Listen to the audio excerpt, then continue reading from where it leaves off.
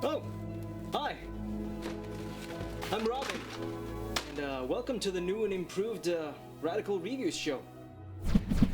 Radical Reviews! My first video game system as a kid was the NES. Now, I don't necessarily remember getting it, it was just there one day, like a dog waiting to be played with. But I do remember the games that I grew up with, mainly because I used to play the shit out of them. Probably never finished a single one, but I still had an awesome time playing through the first stages over and over. Anyways, let's cut to the chase, shall we? We're about to embark on a journey in which storytelling, much like with many other games from this era, is just about non-existent. A little awesome gray card called Blue Shadow, or Shadow of the Ninja in the US, or Kage in Japan.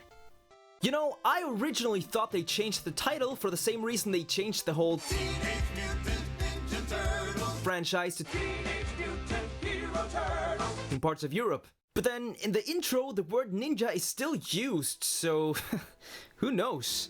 It was a weird time, the 90s. I mean, slime was cool back then.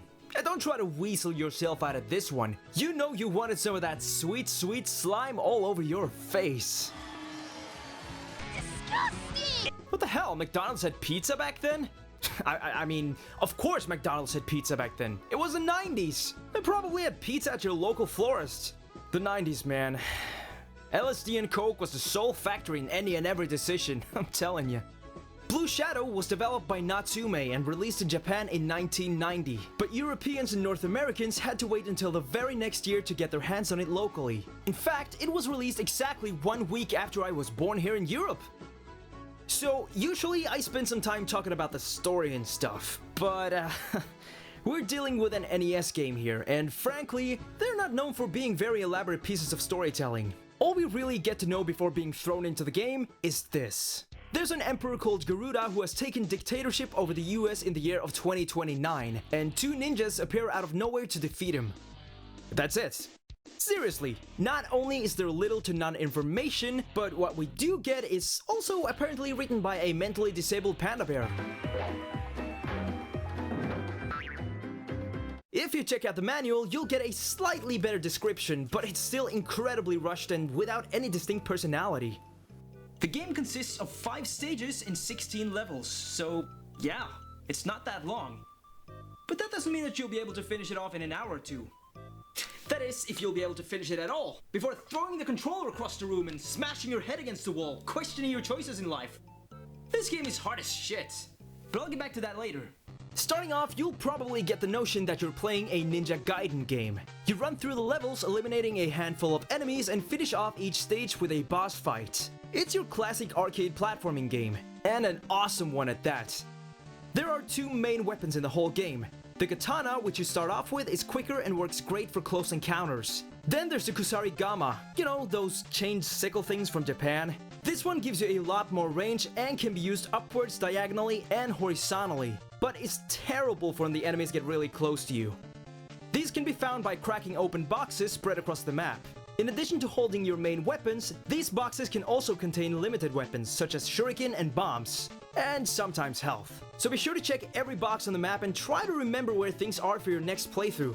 You should also take note that if you pick up the same weapon which you have already equipped, you will gain another level for that weapon, increasing the damage it costs. This can be done 3 times, but if you lose a certain amount of health, you'll be knocked back 1 level. When upgrading your katana, you will also gain an extra ranged attack, which will really come in handy. I've played this game since I was a kid, and for whatever reason, I never discovered this one move.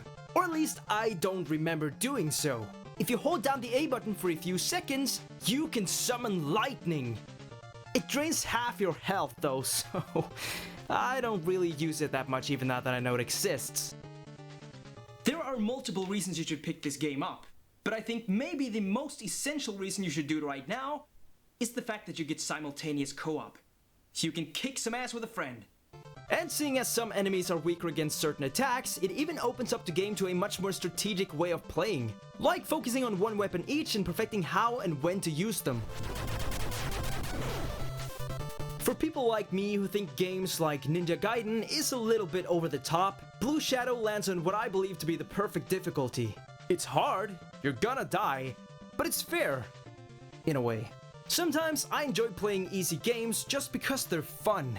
And I'm not saying that this game is easy, cause let's face it, it's not. But it's doable. Sit down with a friend and I'm sure you'll get through it in less than 16 hours. But those are gonna be some pretty sweet, although frustrating hours. The graphics are really good for NES standards. The colors are, well, colorful, and the sprites and animations look great. Except, well, look at this guy. I always thought this was supposed to be a monkey. I mean, he sits just like one, and look, there's his tail. But I guess it's supposed to be his weapon sticking out. I don't know. Weird design. Speaking of design, the stages are really well designed. Designed to kick your ass, that is. But as soon as you learn the layout, you'll know exactly what to do around every corner. It's very much a trial and error kind of game, forcing you to learn your enemy's attack patterns. And although trial and error can be tedious, I actually think it works great in this case. Now over to my favorite part of the whole game. The music. My god, is the soundtrack amazing. I'm not completely sure what to compare this to, but I guess the Castlevania tracks are pretty close. Obviously not in style, but more in the way they get you pumped. Every time you start a new stage, the music gets you in the mood to fight. And even when you die, you want to get back there and listen to some awesome tracks while you're getting your ass kicked. Now, the only downside to the soundtrack is that every boss battle has the same song running in the background.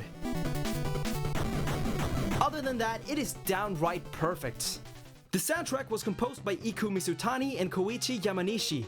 On Mizutani, while he's certainly worked on a large number of games, I couldn't really point out that many of which I've heard of before. But those that stood out to me was Metal Gear on the MSX, Russian Attack, Shatterhand and Heroes of the Lands on the NES, and Snatcher, which he did the sound effects for. The majority of his other work was featured in Japanese-only titles.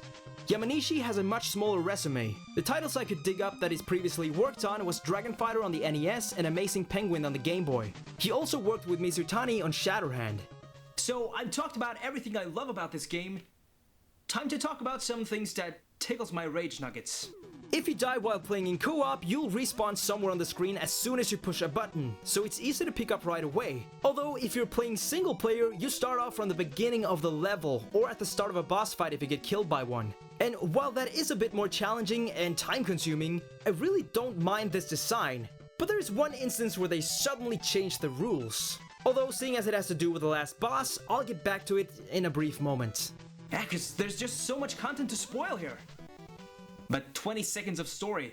Some of the bosses have an invisible shield, meaning you just have to keep attacking them until they start losing health. And depending on who you're fighting, that might take a while, making it that much more important that you learn their patterns. Again, I like the fact that they tried to expand upon the trial and error thing, but I have to say that it can be really frustrating when you're giving it your best and yet see no change in the boss's health bar. This next issue can be a deal breaker, but I highly recommend that you try your best to see past it. But there's no way to deny that the game has slowdown in some sections. At least while in co-op. And it's probably gonna piss you off at first. This mini-boss at the second stage is a prime example. This snake robot looking guy forces you to learn his patterns, but still, you're almost bound to get hit 1 or 2 times. In co-op, having to deal with slowdown on top of that, reacting to his attacks gets even harder, but it's very manageable after attempting to beat him a few times. Also, these ninja fucks before him are more annoying than getting stabbed in the leg during a marathon. Forget about killing him, just keep running. But then, you'll also want to get the shuriken for the mini-boss. If you pick those up though, you're gonna get hit. I still think it's worth getting the shuriken, as it's a lot easier to get rid of the boss. But yeah, slowdown, it's gonna happen if you're playing with a friend. Just deal with it. Okay, so let's dive right into the ending. Like I mentioned earlier, there is little to none story here. You fight your way through one of the harder stages in the game and finally get to the last boss. Oh, by the way, you can choose between 2 stairs to get to him. On the left side you get a scroll which upgrades your weapon, and on the right side is a potion. So choose the one that suits you best for the situation. Okay, remember I said I'd get back to an instance where the game changes its rules? This is it. When you die here, you won't get a second chance to get right into the boss fight. No, you need to go through this scrolling screen of death first. Which is really fucking annoying, by the way. I swear, there is no way to get through this stage unharmed. Look at this! On each side, there is one of these guys stabbing endlessly with a sword. If you jump up there, you're gonna get hit. And it's the only way to progress through the level! It's like the designers thought, oh, but it's the last level, it's gotta be hard. And I agree. But there are ways to do this without it being a game of chance. The chance being that you have a fully upgraded weapon and shuriken equipped. Which I guess is theoretically possible, as you can pick up the shuriken right before the scrolling starts, but like I said, you also need to have your weapon fully upgraded, and keeping those upgrades isn't the easiest thing in the goddamn world. It's fucking ridiculous! Anyways, let's get back to the boss. Look, I've played a lot of video games in my life. Maybe a few too many. I'll give you that, Mom. So, I've seen my share of hard video game bosses. But my god, this is hell, my friends. I thought the last boss in Rocket Knight Adventures was hard. Well, he's cupcakes and rainbows compared to this ass clown. Oh, by the way, this is Garuda, the villain of the story. I guess that's worth mentioning. Although, he does transform into some kind of robot. Yeah, I don't know. I told you, the 90s, man. LSD and coke equals robots and ninjas. It's how things worked back then. Apparently. I know this guy's patterns inside out by now. Start attacking him right away to get a head start, dodge the laser thingies by standing in one of the corners, wait for him to shoot, jump up, attack 3 to 4 times, run across to the other corner, wait for him to shoot again, jump, attack, rinse, repeat. You'll be doing this automatically after about 5 to 6 attempts, but still, beating this guy is about as likely as me winning tomorrow's lottery. And I don't even play. Now the worst part is that this raging razor dildo also have an invisible shield, adding to the tension tenfold. I'm barely getting through that before I die.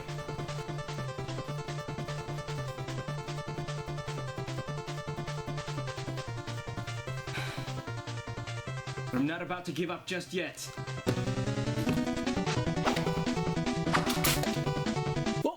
Almost forgot.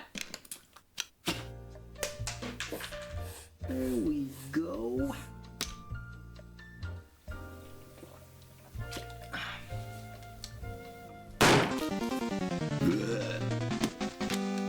Let's do this. Yes. What the fuck? Does he just turn into a flaming hot asshole of impossible feats? How is this even possible?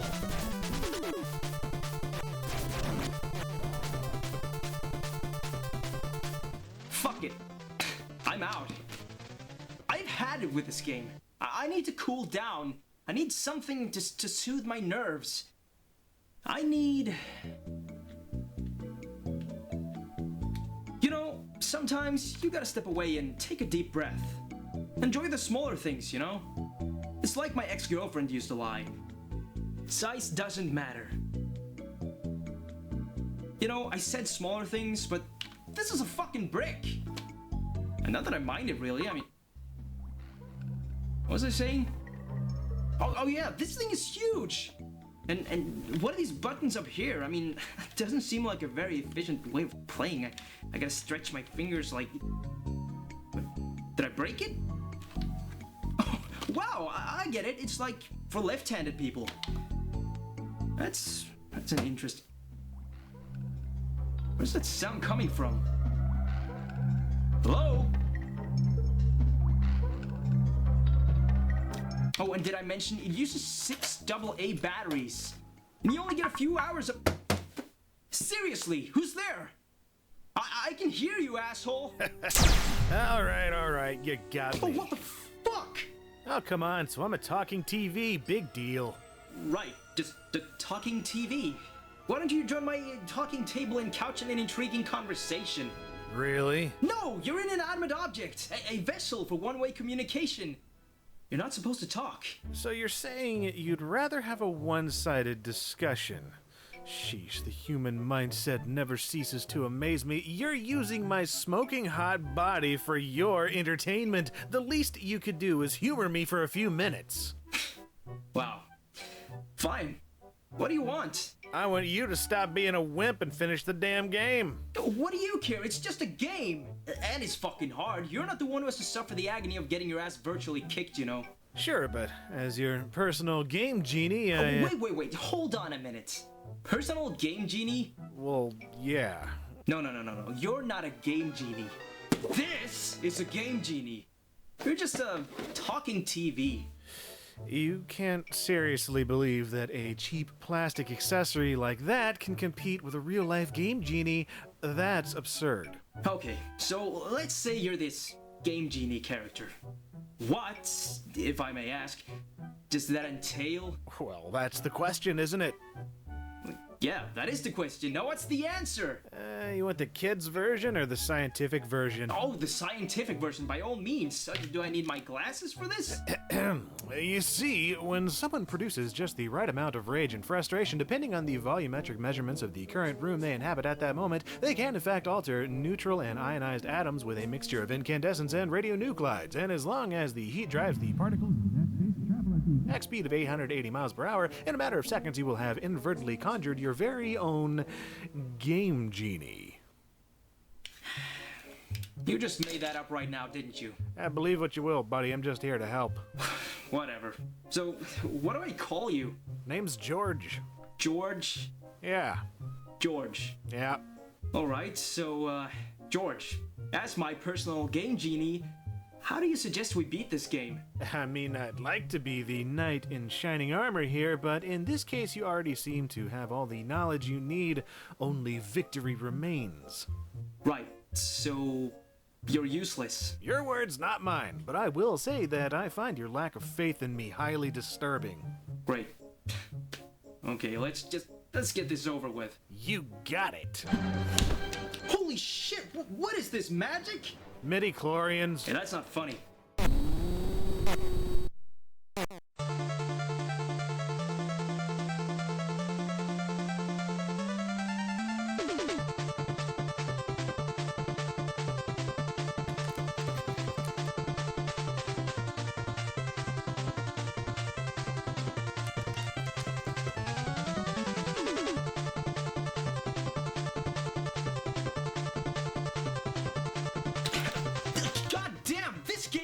Relentless. I have no problem getting to the last stage. As a matter of fact, I got there without losing a single one-up. But the boss is one hard mother, and when I die, I keep starting over from the previous level, so I have to choose between full health or an upgraded weapon, but honestly, it doesn't matter. This game doesn't want to be beat. It doesn't care if you like it or not. It just wants to trick you into believing that you can do it, and then headbutt you right in the dick as soon as you're getting close. I used to love this game, but now, it just pisses me off.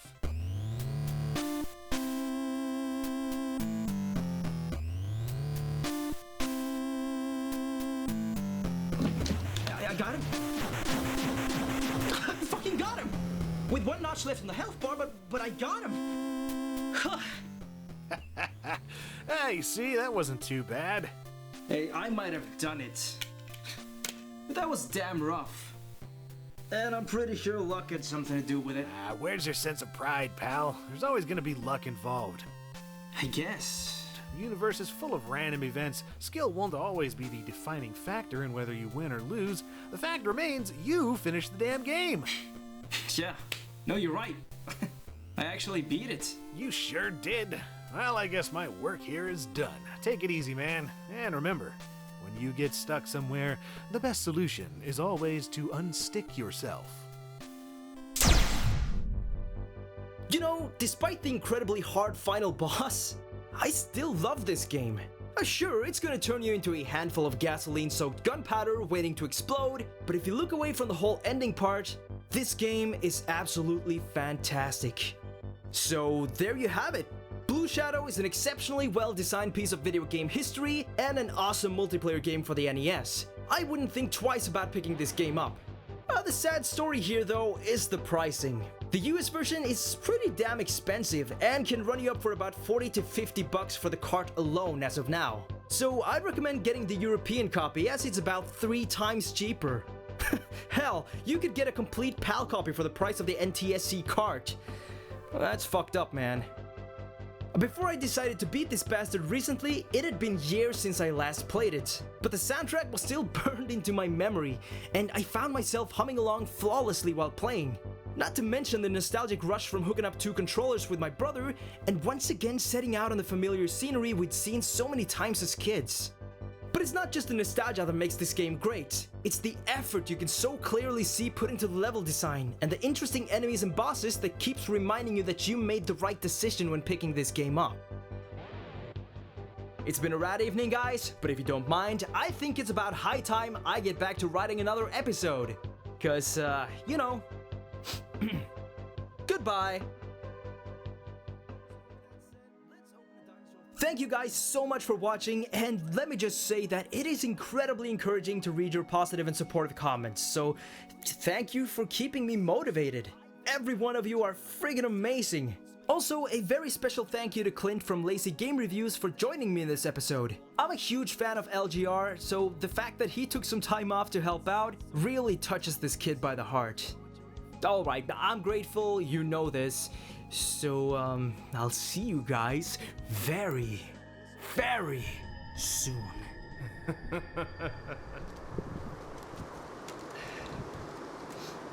Alright, let's start this sucker up.